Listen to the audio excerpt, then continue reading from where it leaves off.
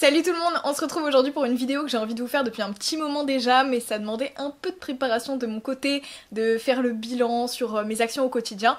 Donc du coup, je l'ai un peu laissé traîner, mais ça y est, elle est là. Il s'agit de mes avancées en termes de zéro déchet. Donc il y a des choses que j'ai commencé il y a très longtemps, avant même que le terme zéro déchet n'apparaisse.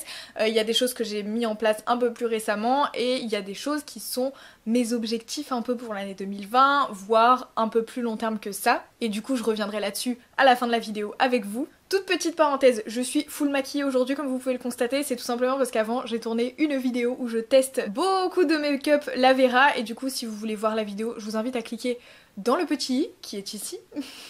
Et c'est parti, je vais vous parler de ma toute première action zéro déchet que j'ai fait depuis que je suis arrivée sur Terre. On a en fait deux choses qui sont à peu près à égalité et qui n'ont pas forcément le même impact. La première, c'est les tote bags, donc les petits sacs en tissu. Là j'ai pas d'exemple, pourtant j'en ai 50 chez moi, mais là autour de moi je n'en ai pas. Donc bref, je vous mettrai une petite photo d'un tote bag. Je pense que j'ai commencé à en utiliser en 2011-2012 et depuis je suis toujours allée faire mes courses avec ce genre de sac. De toute façon j'ai quasiment toujours refusé les sacs plastiques puisqu'on a toujours eu des gros sacs à la maison.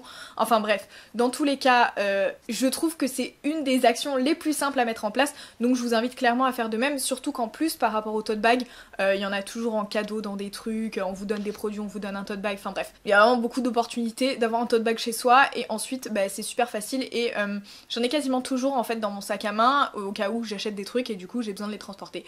Donc tout premier geste, le tote bag. Et le deuxième geste qui est un peu ex aequo je dirais, c'est la boule à thé. Pourquoi la boule à thé zéro déchet? Parce qu'on a zéro sachet de thé à la maison. Alors c'est pas forcément vrai pour moi parce que comme vous le savez, il y a la tisane nuit tranquille de éléphant dont je n'arrive pas à me défaire et qui n'existe pas en vrac il me semble, hein. Donc je continue à acheter cette tisane comme ça. Mais sinon, pour le reste, ça fait vraiment des lustres, mais vraiment des lustres, et surtout que là j'en ai trouvé une vraiment super pratique, c'est cette boule à thé que j'ai trouvée dans le magasin du bruit dans la cuisine ou un truc comme ça, qui était à Saint-Lazare à l'époque et qui n'existe plus maintenant il me semble. Enfin bref, ça coûtait pas très cher et c'est une boule à thé qui se tourne comme ça. C'est hyper pratique, je l'adore, c'est une des boules à thé les plus pratiques que j'ai jamais eues, donc je voulais absolument vous la montrer. Elle est un peu sale, elle sort du thé tout simplement. Mais voilà, les boules à thé c'est vraiment un truc que j'ai depuis très longtemps. Et avant j'avais comme tout le monde les petites boules là qui s'ouvrent avec une petite chaîne et un petit truc au bout, mais je trouve que ça se casse trop facilement ce genre de truc. Donc bref, celle-ci j'en suis super satisfaite et je vous invite vraiment à vous mettre au thé en vrac. Surtout qu'en général les meilleurs thés ils sont en vrac de toute façon. Ensuite on va faire un bond dans le temps puisqu'on arrive en 2017. Et en juillet 2017 exactement, je m'achète cette gourde en solde chez H&M, le haul est toujours sur ma chaîne si ça vous intéresse. Elle m'a coûté genre 3 € maximum, alors oui en effet elle est en plastique, mais à l'époque c'était pas si démocratisé que ça, les gourdes en tout genre, en verre etc.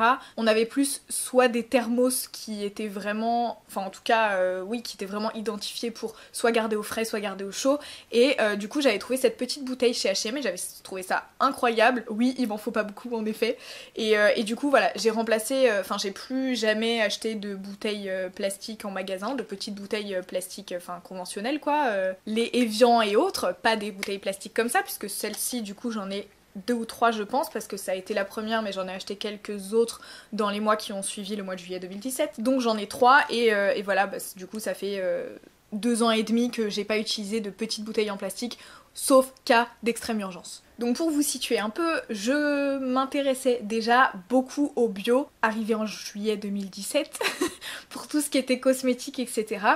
Et notamment les avancées les plus grandes que j'avais faites c'était par rapport à mes cheveux, puisque j'avais commencé par rapport à mes cheveux en 2015-2016 je pense, et donc du coup fin 2017, donc je dirais en décembre 2017 ou janvier 2018, j'ai fabriqué mon tout premier shampoing solide et je n'ai plus jamais arrêté. Je n'ai plus retouché un shampoing conventionnel depuis, enfin un shampoing conventionnel bio, hein, on s'entend, depuis, sauf éventuellement quand j'étais en déplacement et du coup j'avais des petites miniatures ou ce genre de choses. Mais voilà, grosso modo, ça fait 2 ans que je n'ai acheté aucune bouteille de shampoing. Et ça, croyez-moi, c'est une victoire. Même si je suis pas le genre de meuf qui utilise énormément de produits dans les bouteilles de gel douche, de savon, de shampoing, de tout ça, c'est vrai que avec ma longue chevelure, j'en faisais une consommation quand même relativement importante. Et ensuite, j'ai été plutôt inactive concernant le zéro déchet puisque je n'ai repris qu'en 2019. Vous allez me dire ça va, ça fait un an de réflexion, ça passe. Oui, ça passe, c'est toujours mieux que rien. Et surtout, c'est donc fin 2018, début 2019 que j'ai vraiment commencé à m'intéresser au zéro déchet à proprement parler. En fait, tous les gestes que j'avais fait avant, pour moi, c'était juste un peu du bon sens et c'était pas particulièrement dans une recherche d'être zéro déchet. Par contre, fin 2018, les culottes de règles arrivent en France avec la marque Fempo et je craque totalement, j'ai absolument envie d'avoir une culotte de règles, c'est mon rêve ultime, notamment pour les déchets, pour tout ce qui est déchets, je trouvais ça hyper important, pour tout ce qui est produits chimiques dans les protections, parce que ça m'irritait carrément là-dessous, et ensuite clairement pour une question de confort, mais ça je le savais pas encore énormément vu que j'avais pas testé la chose. Donc fin 2018, j'investis dans cette petite culotte Fempo, et en janvier 2019, je vous en parle. Depuis, et je vous ai fait un bilan au bout d'un an, j'ai investi dans d'autres modèles, des nudes, donc c'est vraiment des culottes hyper simples et je les adore, elles sont ultra confortables. Mais petite nouveauté en 2020, j'avais envie de me faire un peu plaisir parce que ces culottes sont hyper pratiques, mais en fait c'est comme toutes les autres petites culottes qu'on a.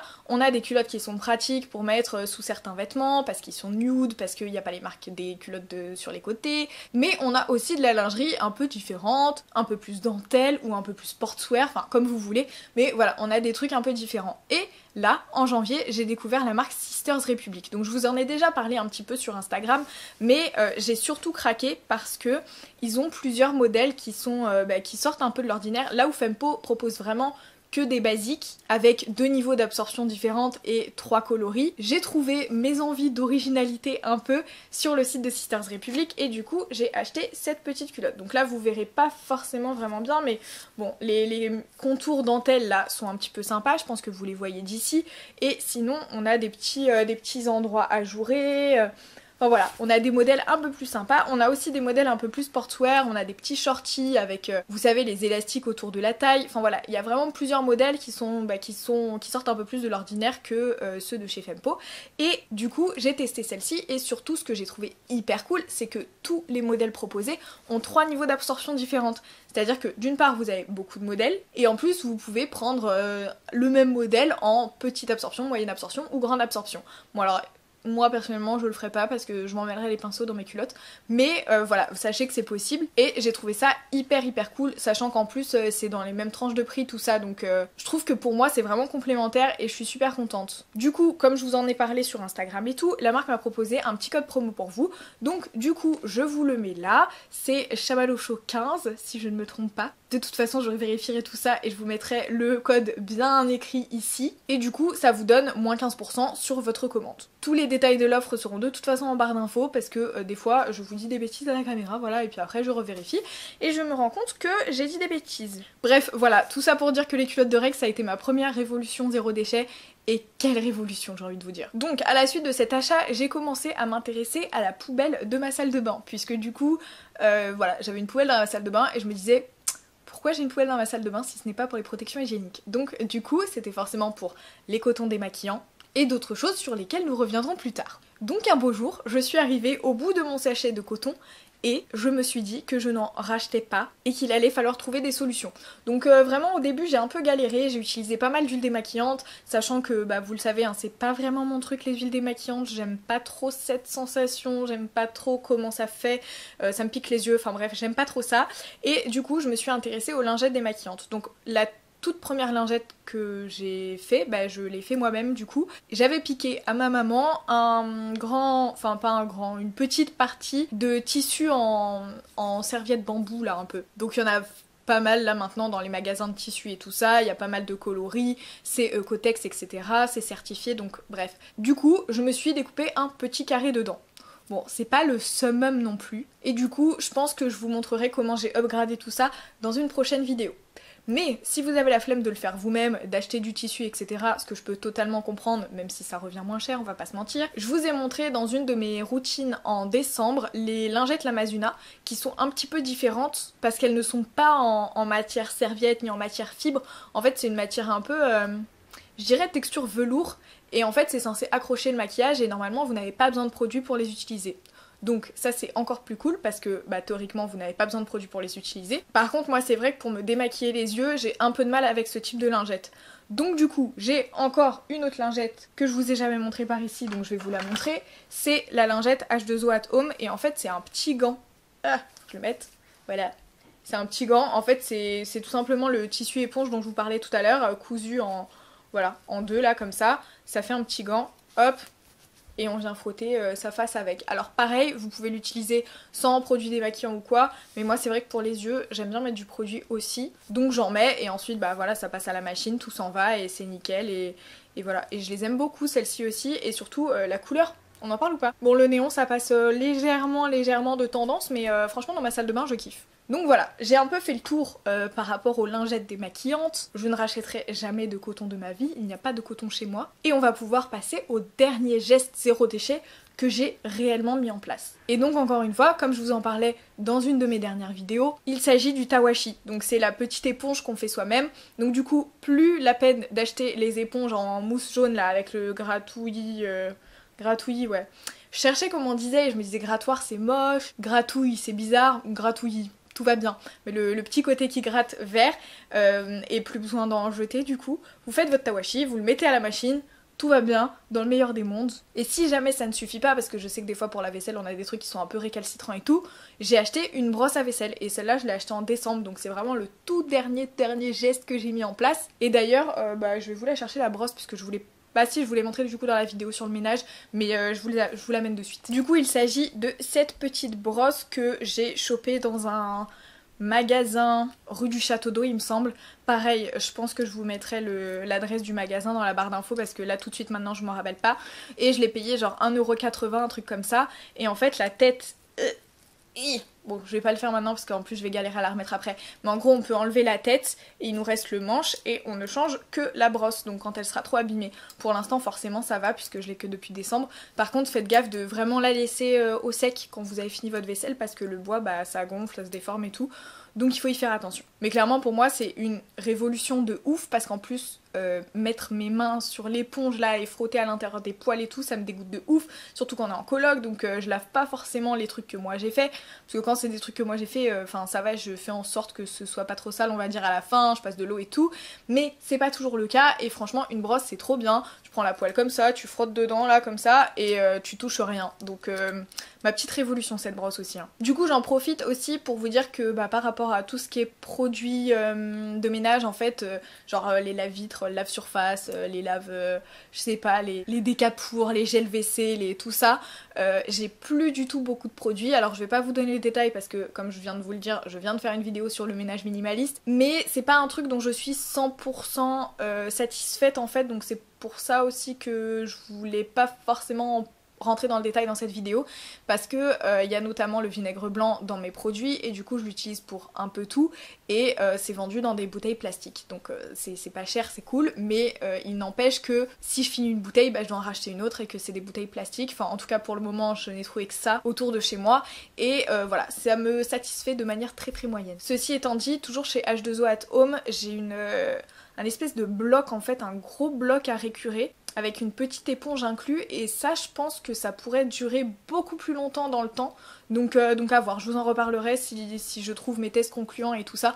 Pour l'instant bah, je l'ai chez moi mais je l'ai pas encore énormément testé donc je peux pas vous faire de retour dessus. Je voulais juste le mentionner pour que vous sachiez qu'il y a aussi des produits solides en ménage et que ça peut être une bonne alternative aussi bah, pour réduire les produits ménagers, les bouteilles plastiques et tout ça. Voilà, je pense que j'ai à peu près fait le tour et si c'est pas le cas je vous ferai peut-être une deuxième vidéo, je ne sais pas. Mais en tout cas quand on a déjà adopté ça et je trouve que c'est plutôt simple à faire, on a réduit de manière considérable les déchets, notamment les protections hygiéniques féminines, ça fait une différence énormissime et les cotons bah pareil je vous en parle même pas, genre tout ce qui est démaquillage et tout c'est un truc de ouf.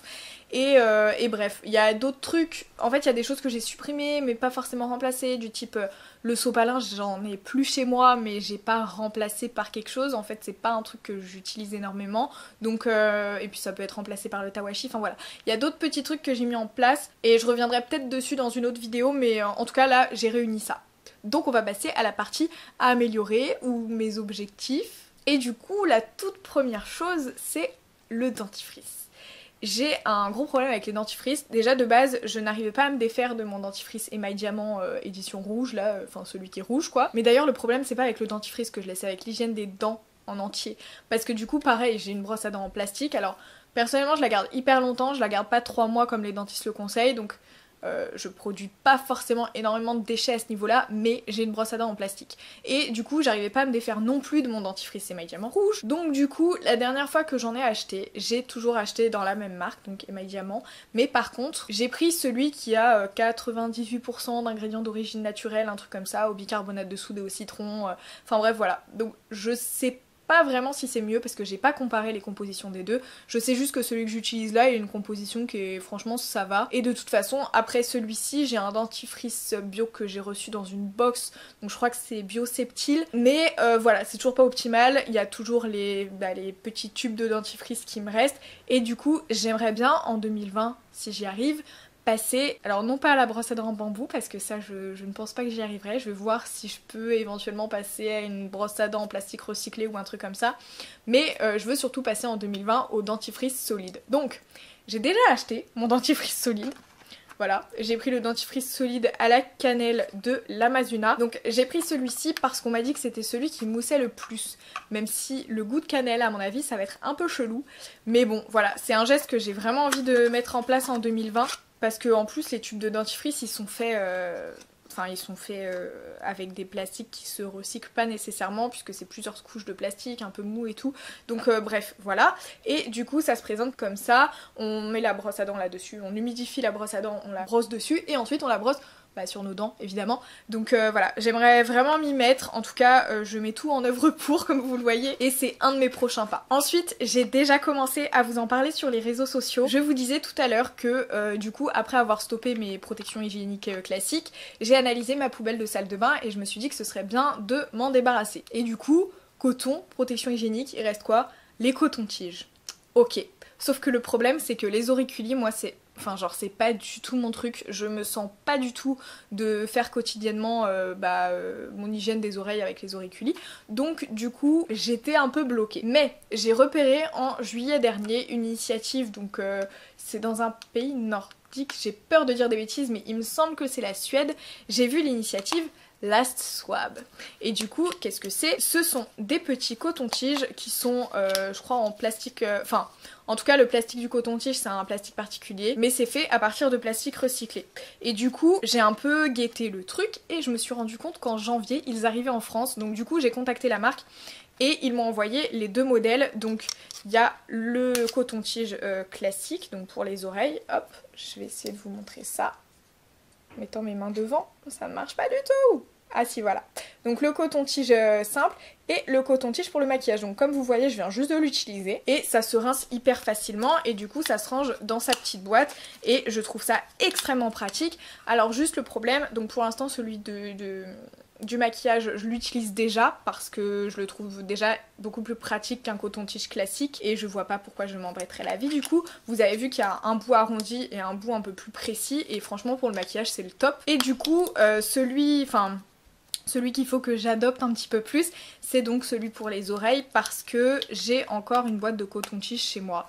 Et du coup, c'est comme tout. En fait, des fois, je vois des gens qui se mettent à des nouveaux gestes zéro déchet et qui du coup jettent les trucs qu'ils avaient avant, genre leur reste de protection hygiénique ou des trucs comme ça. Mais j'ai pas jeté un truc qui est pas utilisé, sachant qu'en plus c'est un truc qui a été produit, donc c'est encore plus du gâchis de le mettre à la poubelle, même si c'est pour changer vers un mode de vie plus sain en fait. Donc bref, je compte terminer ma boîte de coton-tige que j'avais pris en carton recyclé ou je sais plus, un truc comme ça. Donc déjà j'avais essayé de faire mieux. C'était vraiment, genre les cotons-tiges c'était vraiment une source de culpabilisation chez moi en fait parce que voilà, ma poubelle de salle de bain est vide maintenant quoi. Donc c'est vraiment le dernier truc qui restait avec les cheveux que je récupère à la douche quoi, vous voyez. Donc bref. Voilà, j'ai enfin trouvé mon alternative, juste il faut que je finisse les ressources que j'ai déjà et du coup en 2020 c'est sûr je lui mets. Et avant de passer à autre chose, je voulais vous dire les prix, j'ai failli oublier. Ils sont à 10€, enfin 9,95€, donc 9,95€ celui pour make-up et 9,95€ celui pour les oreilles, sachant que si vous en prenez un, le deuxième est à 6,95€, donc pour 17€ vous avez votre équipement complet en coton-tige et normalement vous n'en rachèterez jamais, enfin en tout cas vraiment pas demain quoi. Donc voilà, je pense que c'est vraiment un investissement à faire aussi parce que c'est facile et en plus bah, une fois que vous l'avez acheté quoi. Plus besoin de penser au coton-tige pendant les courses. Ensuite, autre chose que j'aimerais bien mettre en place en 2020 et je pense que ça risque d'être un peu compliqué mais je vais le poser là et on verra si c'est exaucé ou pas en 2021. J'aimerais acheter plus de vrac. Et en fait j'ai un gros problème, c'est que du coup bah moi pour ceux qui le savent pas, je suis en banlieue, je suis à Saint-Denis, je ne suis pas dans Paris. Et du coup c'est vrai qu'ici, enfin en tout cas dans mon quartier, j'ai pas trouvé d'alternative. J'ai genre à 10 minutes à pied, un Leader Price, une épicerie, vraiment pas à 10 minutes à pied mais bon voilà, et un Carrefour et en fait j'ai pas vraiment d'autres alternatives, en tout cas je ne le sais pas ou je ne l'ai pas trouvé et du coup ça risque d'être un peu compliqué pour moi si je reste à Saint-Denis cette année d'exaucer cet objectif là, mais c'est quelque chose que j'aimerais faire parce que notamment pour les céréales, je suis une très grosse consommatrice de céréales, vraiment très grosse consommatrice et bah il y a des emballages à ça et du coup je pense que ce serait facile de me mettre au vrac pour ça et pareil sans rentrer dans des trucs hyper compliqués, si je pouvais avoir mes pâtes aussi en vrac ce serait juste le top. Donc voilà, c'est le minimum que j'aimerais faire, c'est mes céréales et mes pâtes en vrac. Pour le reste franchement c'est à voir parce que en vrai en termes d'alimentation je suis vraiment une mauvaise élève. Autant les efforts à mettre en place dans les autres aspects c'est relativement facile pour moi, autant dans l'alimentation je galère de ouf, c'est vraiment pas un truc prioritaire on va dire dans mon mode de vie. Je mange pas bien, je veux dire je mange pas équilibré ou je mange pas à des heures régulières, enfin voilà, l'alimentation c'est vraiment un peu le bordel chez moi et du coup voilà, j'aimerais au moins faire au minimum acheter mes céréales et mes pâtes en vrac. Je vais passer à autre chose parce que je me répète là. Ensuite un truc que j'étudie un petit peu en ce moment, c'est passer à plus de cosmétiques solides. Parce que je vous disais tout à l'heure, je me suis mis au shampoing solide il y a maintenant 2 ans quand même. Et j'ai toujours pas fait la transition pour le reste. Alors c'est vrai que les bouteilles de gel douche, j'en consomme pas des masses parce que j'utilise pas énormément de gel douche en fait par douche. Donc je pense qu'à ce niveau-là, je m'en sors plutôt bien. Mais si je pouvais passer à du savon solide, je pense que ce serait mieux. Et pour tout le reste, pour tout ce qui est nettoyant, j'ai un nettoyant déjà solide pour ma routine du soir. Mais pour ma routine du matin, j'ai une texture gel. Et en fait, je sais pas encore si je suis prête à faire le pas parce que j'aime bien ma texture gel le matin. Donc voilà, je sais pas à voir, donc je me pose la question, est-ce qu'en 2020 je ne passerai pas à plus de cosmétiques solides.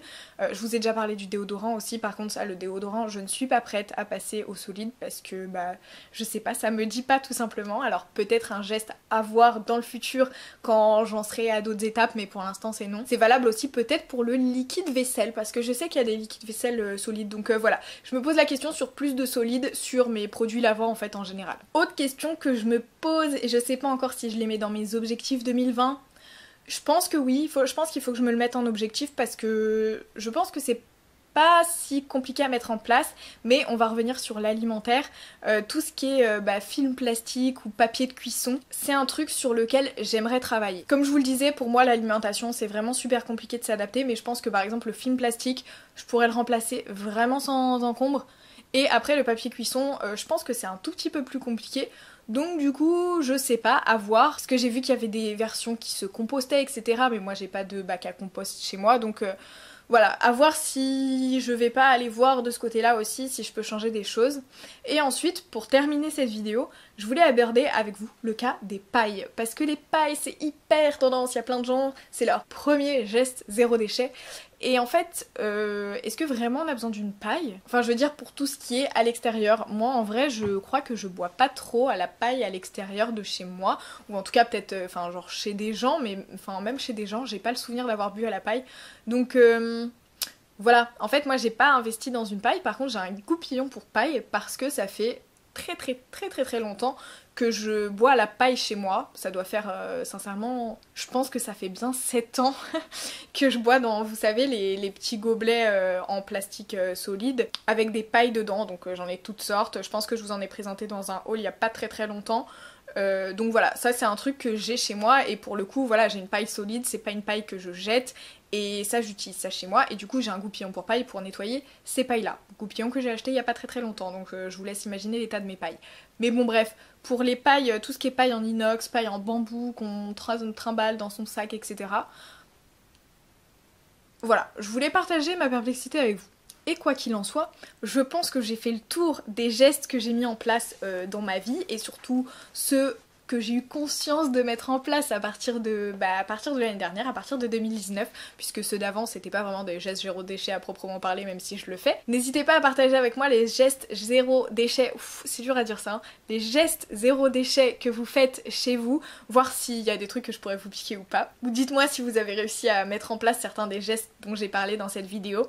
Et si vous avez aimé cette vidéo d'ailleurs, n'hésitez pas à la liker, ça me ferait très plaisir. Et si vous voulez voir d'autres vidéos dans ce style, n'hésitez pas à vous abonner à la chaîne. Et moi, en attendant la prochaine vidéo, je vous fais des bisous.